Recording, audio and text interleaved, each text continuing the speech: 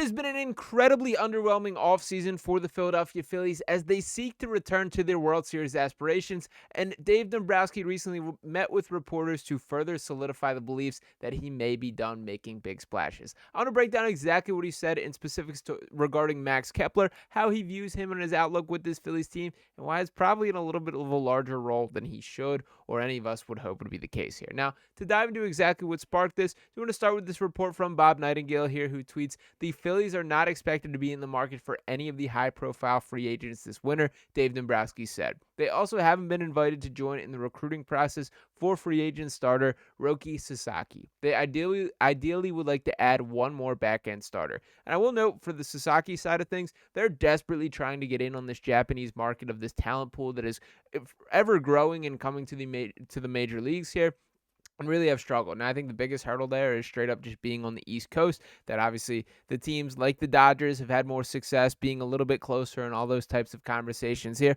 but just kind of another example of the door being shut on here. But I do think there are bigger problems to address with this Phillies team, and to dive into exactly that is where Bob Nightingale got this information, is Dave Dombrowski spoke to the media for the first time since the offseason has been underway. And I do want to shout out my guy Matt Watson from Philly Sports Network here, who tweeted his key points from this, saying they are likely out on any of the top free agents. Kepler is to be the starting left fielder. They are looking for a swingman in the rotation/bullpen and a low percentage chance that they are in on the top market relievers. For example, Tanner Scott and Jeff Hoffman. So this is all bad news in my brain here. So to go one by one, first off, likely out on any top remaining free agents. For starters, there just aren't that many big name guys on the market anymore, and a lot of that is because of, they have not acted already. That I think kind of the door has closed on that, or that window has shut. But to dive a little bit deeper into some of the other parts of this, Kepler to be a starting left fielder is particularly interesting to me. And he did make these thoughts directly clear. Once again, this coming from Matt Watson. Per Dombrowski, quote, "We view Kepler as an everyday player." Now, to dive a little bit deeper on this, I want to highlight an article written on Kepler and sort of his outlook, because my biggest concern with this is the amount of games that Max Kepler has played at the major league level at left field is the same as you or I. It is 0 at this current point. Now, granted, to give a little bit of a breakdown and where they landed on this, do want to shout out this article here, and what it writes is, on Friday, the Phillies made their signing of Max Kepler to a one-year deal official. While the signing was categorized by some as puzzling when it was reported on Thursday, the Phillies' plans for Kepler are now clear. He's expected to play left field every day in 2025. Quote, "We look at him playing left field for us," President of Baseball Operations Dave Dombrowski said, later adding, "Our plans are to have him play every day. We think he can." The Phillies think Kepler, a left-handed hitter, will be able to hit both right and left-handed pitching. His numbers on the whole were down last season when he actually performed better against lefties than righties. Kepler dealt with patella tendonitis in 2024.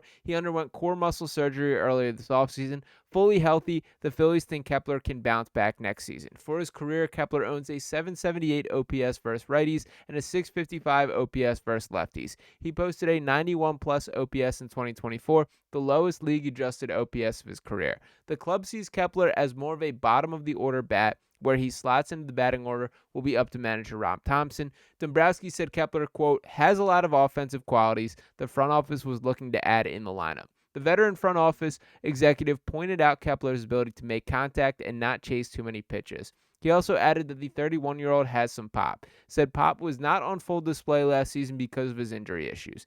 Kepler has never played left field in the majors, but has done so in the minors. Dombrowski said the club feels confident that Kepler will be able to handle the position. Quote, "He's a good outfielder, so he reacts well to the ball." When we talked to Max, he said it'll be an easy adjustment for him. So a couple things here. For starters, me and Luke hopped on here and gave our initial breakdown on Max Kepler. Won't lie, I got a chance to dive a little bit deeper into who this guy is. Was pretty impressed with his work in the field, and do think he's a pretty solid defensive glove. I do think that is something that is important to this Phillies team. I think Nick Castellanos has come a long way since coming to the Phillies as far as being a legitimate, quality right fielder and a guy who can make the plays you need him to. That sliding grab has sort of become a staple in his game, and I think he's shown some pretty drastic improvement here. We're not going to confuse Max Kepler for Kyle Schwarber, as we once did out in left field, and there is a reason that man is DHing right now, but I just think there are a little bit larger issues that need to be addressed within this Phillies team. And as far as the bat overall, do want to start by pulling up kind of his stats for last year. As acknowledged, injuries are largely chalked up to the reason why there was not a lot of success.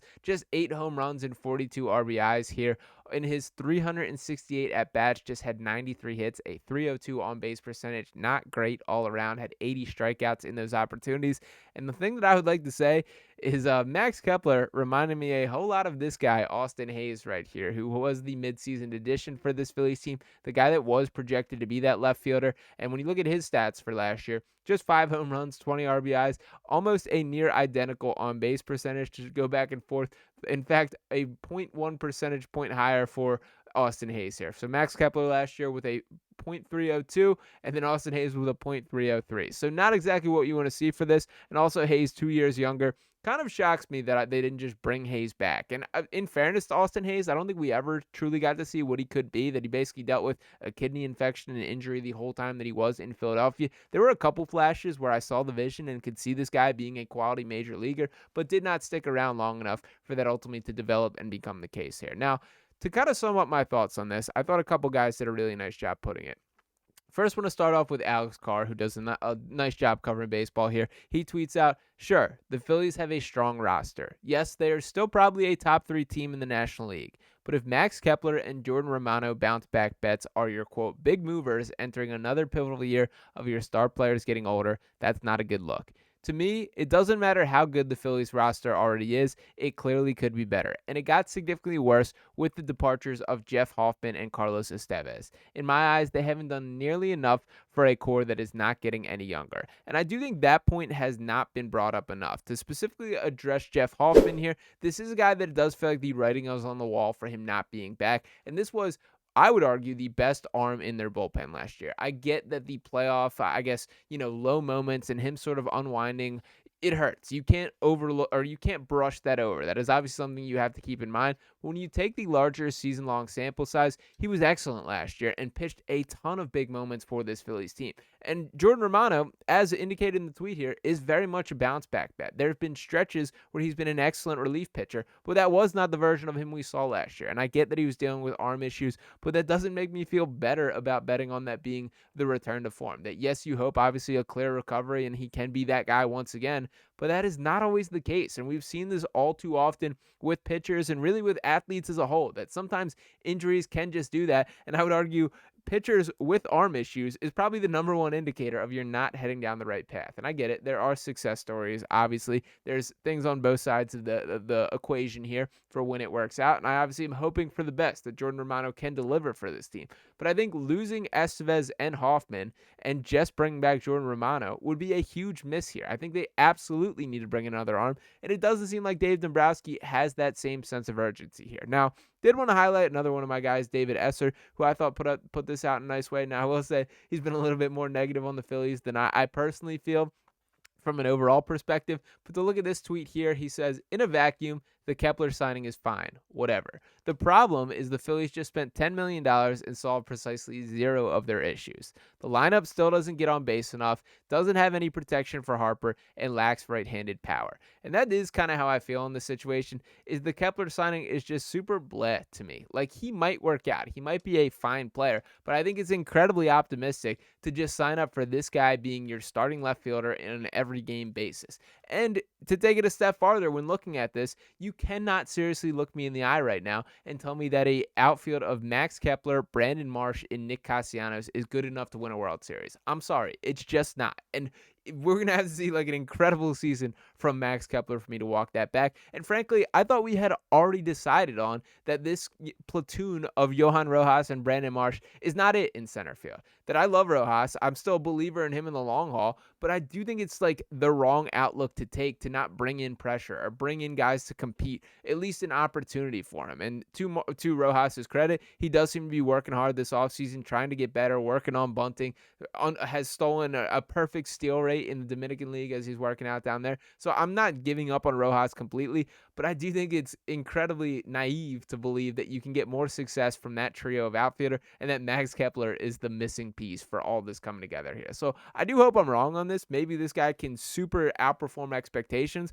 but I will say after the initial reaction and kind of digesting it, I feel worse from a Phillies perspective, to be perfectly honest. And then watching Dave Dombrowski open his mouth and say these things, as tweeted out and by Bob Nightingale and our guy Matt Watson here, I just don't love any of these options. That I think they're overlooking the impact of losing arms like Jeff Hoffman without getting a replacement. I just don't see the avenue where this Phillies team can get better, and it's really frustrating that this may be the offseason in its entirety. I don't expect that to fully be the case, but as far as needle-moving moves, guys that can actually change the chances of winning a World Series, it feels like they haven't added a single one, and that is so maddening. Look around the rest of the Major League. Teams are not stopping getting better. Competition gets harder year in and year out, and you have a limited window with that as your core. Bryce Harper, not getting younger. Kyle Schwarber, not getting younger. JT Realmuto, Aaron Nola, Zack Wheeler, all these guys have a time limit that you have to make sure you go all in. And I hate that this sinking feeling or this voice in the back of my head continues to get a little bit louder that the window to win or the best chance of winning a World Series may already be in the rear view. I do hope that is completely wrong. I do hope that there is more coming from Dave Dombrowski's position. I understand it's probably not the best negotiation tactic to sit up there in front of the media and say, we're absolutely going to sign this guy or we have a big trade in the works here. I get he's not going to do all that, so maybe he is playing his cards super close to the vest right here, but this is the opposite of what I wanted to hear from a Phillies perspective here, and I am officially a little bit concerned about how this offseason is going. But let me know what you guys think in the comments. Are you with me on this? Are you as fired up about the lack of impact that I think the Phillies have made this offseason, or am I underselling the impact that a guy like Max Kepler or Jordan Romano could be? Ultimately, time will tell, but do appreciate each and every one of you guys tuning in this video here. As always, make sure you're smashing that subscribe button if you have not already. Drop a like on this video, and I'll be back talking to you next time right here on Phillies Digest. Peace.